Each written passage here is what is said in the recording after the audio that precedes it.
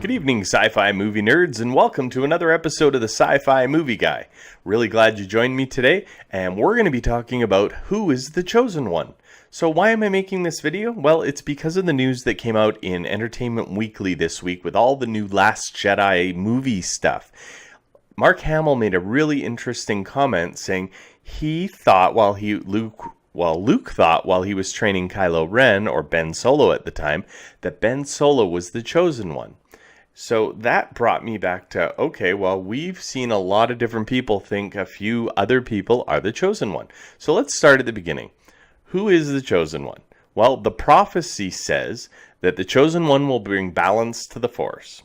So let's run through our list of suspects. Let's start with Anakin. Qui-Gon Jinn went to the council and said he thought Anakin was the chosen one. Now, this was all predicated on the fact that Anakin's midi-chlorian count was the highest they had ever seen, even higher than Master Yoda's, he says. So, let's run through what Anakin did. So Anakin killed the Emperor, then he died, leaving Luke the only Jedi left alive. So, Luke was a Jedi, meaning that the balance was offside on the light side of the Force.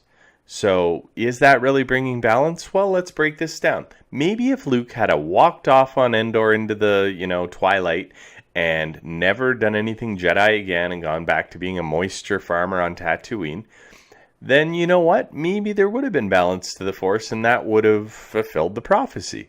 But Luke didn't do that. Luke went and started a new Jedi Academy. He trained Ben Solo. Eventually started training more pupils, and that started the Knights of Ren because Ben turned on him, made the Knights of Ren. So then, really, I don't see how Anakin brought balance to the Force. But you know what? I'm not saying he's not the chosen one. I'm just saying I don't see how that brought balance to the Force. If Luke had walked away into the twilight, never done anything again, then maybe. Now let's look at the second suspect. So Obi-Wan said in the episode of Twin Suns, Star Wars Rebels, the animated series, he thinks Luke is the chosen one. So Luke's about, 10, 12 years old in that episode, maybe a little older, and he sees him running towards Aunt May's farm, and he says, Luke's the chosen one. So, let's look at what Luke's done. So Luke was a Jedi. He defeated Darth Vader, even though he didn't kill him. Then Darth Vader killed the Emperor. But no Sith left. He starts the Jedi Temple, which really outbalances the one side of the Force, the light side. But then Ben Solo turns and has the Knights of Ren, so now it's really outbalanced on the dark side. So far, it doesn't sound like Luke is the chosen one, but we don't know what's going to happen in Return of the Jedi or in Episode 9. So maybe that will happen, and maybe Ben will be right. Now let's look at the third thing that came out this week where Luke thought Ben Solo was the chosen one. Well, again, we don't know the end of Kylo Ren's story, so we don't know if he's going to end up being the chosen one. But have we even seen the chosen one yet? Could it be Rey? Could it be another Jedi? Could it have been Kanan? Could it be Ezra? We don't know how any of that goes. Yoda said in the prequels, prophecy could have been misread. Well, you know what? That makes sense because prophecies are meant to be misread. They're vague. They talk about balance in the Force. But what does balance in the Force really mean? Does it mean that there's the same amount of Jedi as Sith and they're destined to battle forever and that keeps the scales balanced? Does it mean that all the Jedi and all the Sith are completely wiped out and the galaxy's peaceful? We don't know what bring balance to the Force means. It could mean anything. Now, I'm going to get into my theory right now, and if they really want to bring a closure to who is the chosen one, I don't think it can be Anakin. I do think it could be Luke, though, and this is how it could happen, and it's a little morbid, but this is how it could happen. So Luke were to, we know he's training Rey because we see it in the trailer. And so he's training Rey. He's going to go up against Kylo Ren and the Knights of Ren at some point, and there's going to be another big good versus evil battle.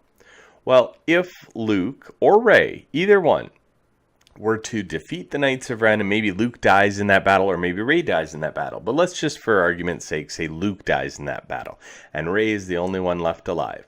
Well, Rey has two choices to bring balance to the Force.